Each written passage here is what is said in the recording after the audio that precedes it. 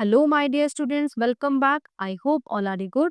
Today, let we start SST chapter number 19, confronting marginalization. अब हमने पिछले चैप्टर में पढ़ा था मार्जिनलाइजेशन क्या होता है ना, कैसे लोअर कास्ट को, महिलाओं को, मतलब इनको बिल्कुल महत्व न देना, इनको शक्तिहीन समझना। ठीक है, अब इन्हें क्या क्या सामना करना पड़ा उसके बारे में हम जानेंगे। Constitutional provisions protecting the marginalise.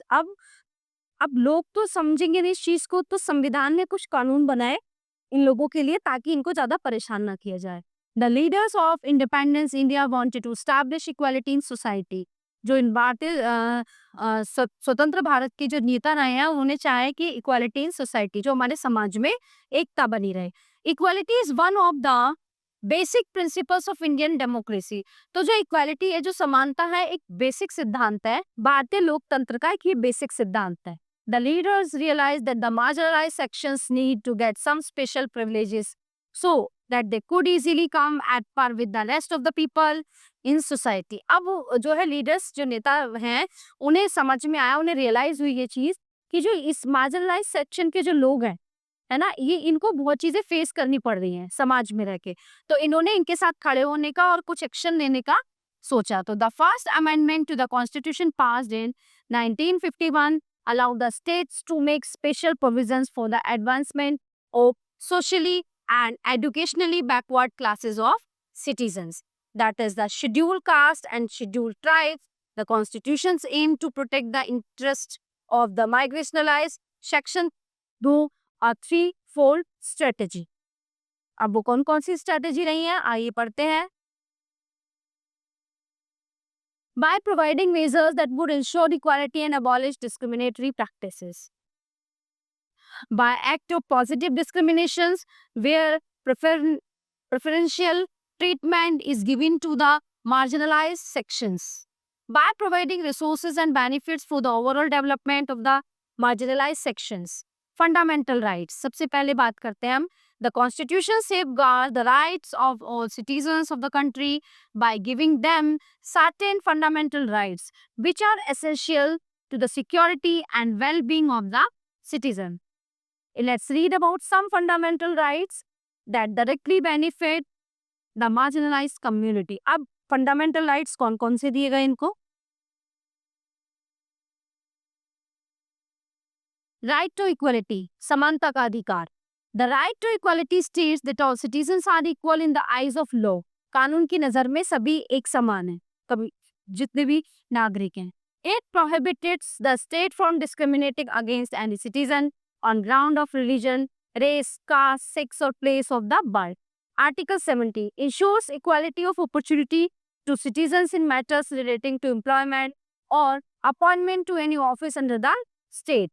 So, however, the state can make provisions for socially and educationally backward classes that are not adequately represented. Article 17 forbid the practice of untouchability in any form.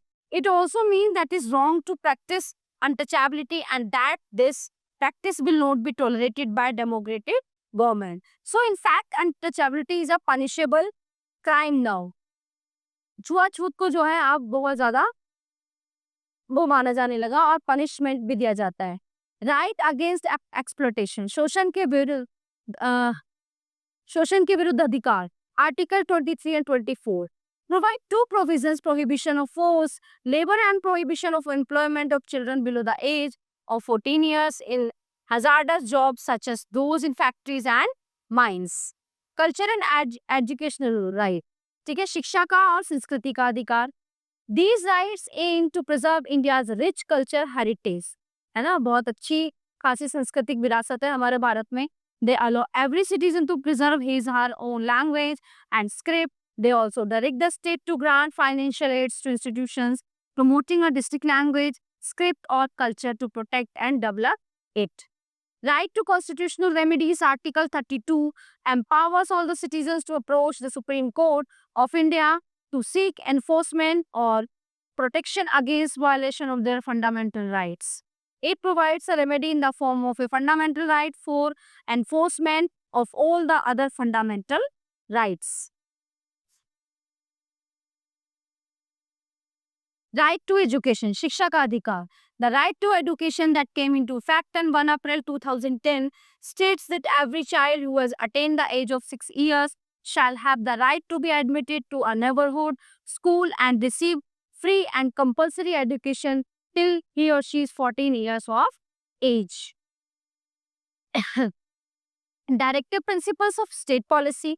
The directive principle of state policy are guidelines to the central and state governments in India to be kept in mind while framing laws and policies. These directives aim to provide social justice by treating all the people in society equally. Policies and law for the marginalized. To promote social justice and implement the provisions of the Constitution, the central and the state governments make law, policies, and schemes for the marginalized sections of our society. So, these policies and laws are made on the recommendation of any committee or organization. For the purpose of the report of any survey conducted on the marginalized group. Some of the policies made for the social, educational, and economical upliftment of marginalized groups are as follows. Hostel facilities. In tribal area or area having a large Dalit population, the government has provided free or subsidized hostel for students of Dalit and Adivasi communities. This has enabled them to use educational facilities that are not available in their localities. The reservation policy has been designed for the marginalized sections of our society. In these seats have been reserved for the Dalit, Adivasi and other minority communities. ठीक है, तो सरकार ने इनको ये छूट दी हुई है. In educational institution and government employment, this was considered necessary to break the stronghold of the upper caste people in this area and for the upliftment of the marginalized sections. Reservation in education and government jobs has encouraged and given new opportunities to the marginalized to learn, to work, develop new skills and achieve higher education. For implementation of this policy, the central and state governments prepare a list of scheduled castes, scheduled tribes and other backward castes. The students applying for reservation in educational institution and persons applying for government jobs are required to produce proof of their caste or tribe in the form of caste and tribe certificates. All the castes and tribes that are listed in the government list avail the benefits of reservation policy or submission of proof. सारे आपको proof submit करने पड़ेंगे तब आपको उसमें reservation मिलेगा. सारे आपके डॉक्यूमेंट्स हैं, कुछ भी हैं, सारी चीजें सबमिट करनी होती. Cut-off marks. The government has defined a set of cut-off marks for admissions in colleges, specifically Institute of Professional Education. All the Dalit and tribal candidates who have secured marks above the cutoff can take admission in these institutes. So, government also offer special scholarship to these students, protecting the rights of marginalized people. In addition to policies, our country also has specific laws that guard the marginalized communities against discrimination and exploitation. So let's read about them. What are the Scheduled Caste and Scheduled Tribes Prevention of Atrocities Act 1988. In the late 1970s and 1980s, the underprivileged classes underwent constant bounding, discrimination and humiliation by the people belonging to the upper caste.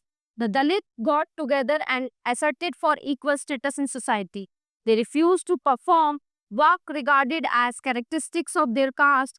The assertion could not be tolerated by the upper caste and they unleashed violence against the Dalit. So, in response to the violence, Dalit organizations started with organized movement to make the government aware of the discrimination and harassment faced by them.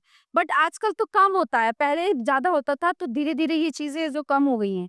Along with the practice of untouchability, they pressurized the government to pass new legislation that would give severe penalty to those who supported discriminatory activities.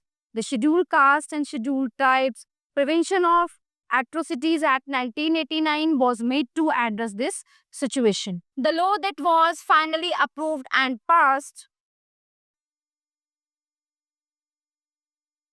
and includes the following. It lists modes of humiliation that involve physical manhandling as well as an hideous practice of compelling a Dalit or an Adivasi to eat or drink an inedible or obnoxious stuff forcefully. Removing their clothes, parading them naked with painted face or any such act with is against human dignity. It lists actions they disposes them of their indicate and poor resources which include occupying or cultivating land belonging to a member of the deprived class by force or compelling them to work as slaves. Okay, so it penalizes and crime against Dalit or Adivasi women, which include assaulting or using force with intent to dishonor them. Adivasi demand in the Act of 1989. The Adivasi demand of Act of 1989 clearly upgraded the status of the Adivasis as well. So, it states that they cannot be removed from the land that they have owned traditionally. In case someone encroaches upon tribal land, they shall be severely penalized. This act states what has been promised to the tribals in the constitution, that land belonging to them cannot be sold or brought by non-tribal people, and in the event of violation of in this law, the tribals have the right to reclaim their land. C.K. Janu. C.K. Janu is an Adivasi activist. Like many others, she completely supports the cause of the Adivasis. She pointed out that the state governments were violating rights guaranteed by the constitution to the Adivasis by giving permission to non-tribals who own timber mills, paper mills, etc. to exploit tribal resources, or by declaring forests are reserved, forest or sanctuaries. As a result, the Adivasis were forcefully evicted from their homeland, due to which they lost their land, homes and sources. So, sources of livelihood. Now they live in poor and pathetic condition. C.K. Janu wants the government to rehabilitate those tribals who have been driven away from the land that one belonged to that. तो इन्होंने ये step उठाया और सरकार को जो है सही इन सब चीजों से अवगत कराया. Manual scavenging. Manual scavenging refers to manually removing human as well animal exceed waste. Those who do this job are called manual scavengers. So they use brooms, tin plates and baskets to dispose of human and animal waste. This work causes many health hazards. The unhygienic conditions expose them to skin, eye, respiratory and gastrointestinal diseases. So people of the Dalit community are employed as manual scavengers and are paid very less. On top of this, they are also considered untouchables and often live in settlements on the outskirts of villages and towns. This is happening despite the fact that in 1993, the government had passed employment of manual scavengers and construction of dry latrines Prohibition Act. The act forbids employment of manual scavengers as well as building of dry latrines or toilets. In 2003, Safai Karamchari Andolan, 13 other organizations and several scavengers and other individuals filed a public interest litigation PIL in the Supreme Court. So they complained that despite the imposition of the prohibition, scavenging is still practiced in the country.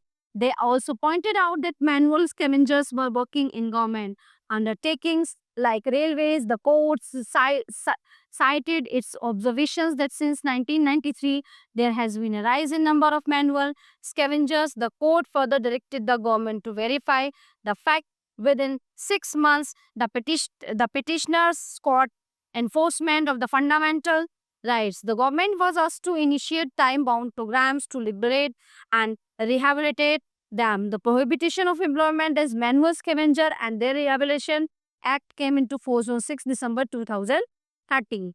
So it is inferred that the presence of laws and policies is not enough. People have to constantly make efforts to implement and protect the rights of their fellow citizens.